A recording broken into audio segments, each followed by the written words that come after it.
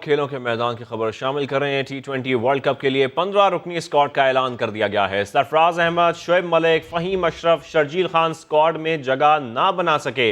मजीद तफसील जानेंगे समा के नुमाइंदे कादिर ख्वाजा से। कादिर, कितने एक्सपीरियंस खिलाड़ी हैं स्क्वाड में, कितने पावर हिटर्स हैं? बिल्कुल, आईसीसी मेंस टी20 वर्ल्ड कप के लिए पाकिस्तान कौमी टीम के चीफ सेलेक्टर ने बड़ा एक चौंका देने वाला स्क्वाड का ऐलान किया है और जिसमें आसिफ अली और खुर्शीद शाह की वापसी हुई है। 15 रुकनी स्क्वाड में 5 बैट्समैन हैं, 2 विकेट कीपर्स हैं, 4 ऑलराउंडर्स हैं और 4 फास्ट बॉलर्स हैं। और यही टीम न्यूजीलैंड और इंग्लैंड के खिलाफ भी टी20 सीरीज में शिरकत करेगी। बाबर आजम कप्तान है, नायब शबाब खान, आसिफ अली, आजम खान, हारिस रऊफ, हसन अली, माद वसीम, खुर्शीद शाह, मोहम्मद हफीज स्क्वाड का हिस्सा, जबकि मोहम्मद हुसनैन, मोहम्मद नवाज, मोहम्मद रिजवान, मोहम्मद वसीम जूनियर, शाहीन शाह अफरीदी और शुएब मकसूद भी स्क्वाड में शामिल है। रिजर्व खिलाड़ियों में 3 खिलाड़ी रखे गए हैं, फखर जमान, शाहनवाज सानी और उस्मान कादिर शामिल है। तो बड़ा एक सरप्राइजिंगली देखने को मिला ये स्क्वाड के, जिसमें दोनों जो बाकायदा तौर पर रेगुलर ओपनर्स थे, शर्जील खान और फखर जमान, उनको बाहर कर दिया गया। उसके बाद फ़हीम अशरफ जो लास्ट T20 जो साउथ अफ्रीका का हुआ, उसमें मैन ऑफ द मैच है, उसमें उनको भी बाहर कर दिया गया। उसके बाद सरफराज अहमद साबिक कप्तान, उनको बाहर करके आजम खान को शामिल किया गया, जो अभी न्यूली एडिड हुए हैं सीरीज में। उनकी खातिर कारकर्दगी भी कोई नहीं दिखाई। ठीक है कादिर ख्वाजा हमारे साथ रहिए। हमें साबिक क्रिकेटर शुएब मोहम्मद ने भी ज्वाइन किया है। शुएब साहब, जैसे कि हम देख रहे हैं कि स्क्वाड का ऐलान कर दिया गया है, लेकिन सरफराज को टीम में शामिल नहीं किया गया है। आप कैसे देख रहे हैं स्क्वाड को?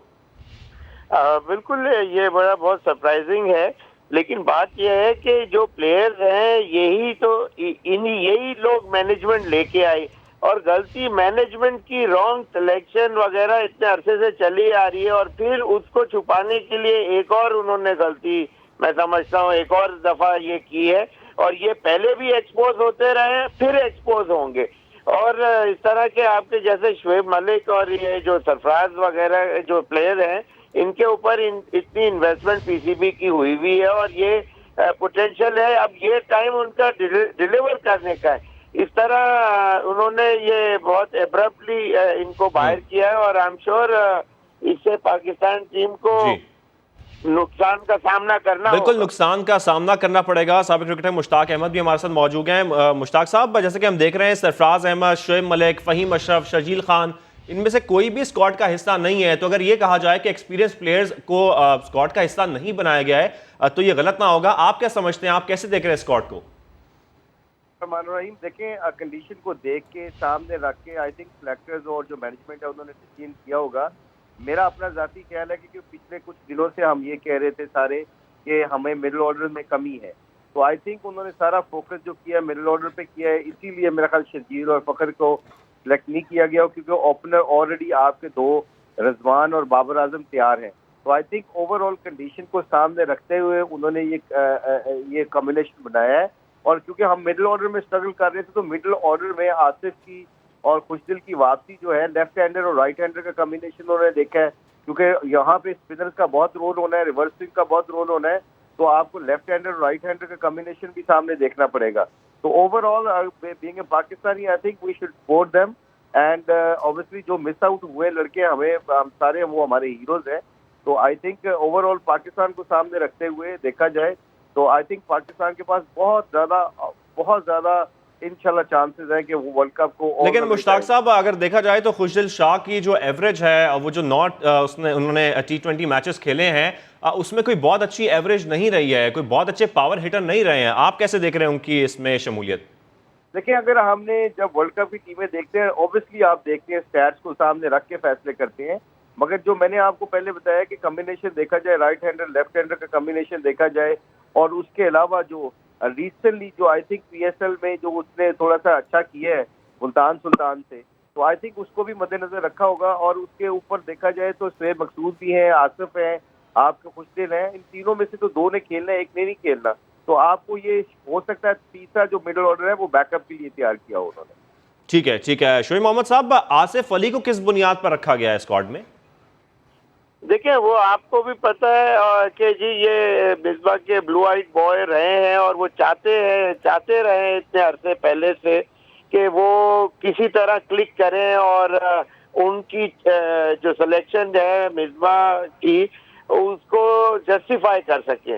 लेकिन अभी तक ज्यादा फेलियर, देखिए क्रिकेट के अंदर failure is just round the corner वाली बात होती है। जो अच्छे प्लेयर होते हैं उनका बहुत देर में आता है, लेकिन ये जो बार बार एक चीज सामने आ रही है, आप 10, 20 या 50, 100 मैचेस देके उससे परफॉर्मेंस करवाएंगे तो उतने मैचों में पाकिस्तान का नुकसान होगा।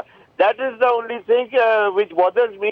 वरना प्लेयर सब अच्छे होते हैं, लेकिन उनका बार बार सिलेक्शन आप किस मेरिट के ऊपर करते हैं, तो ये एक चीज होती है। और बाकी एक पॉइंट ये था कि ये वर्ल्ड कप जो है T20 का वर्ल्ड कप है, इसमें अपने होम ग्राउंड के आपके वो प्लेयर बिल्कुल बिल्कुल T20 का वर्ल्ड कप है। अब मुश्ताक साहब 27 इनिंग्स में सिर्फ और सिर्फ एक 50 की है आसिफ अली ने, आप कैसे देखेंगे इसको? क्या ये मेरिट पर सिलेक्शन है?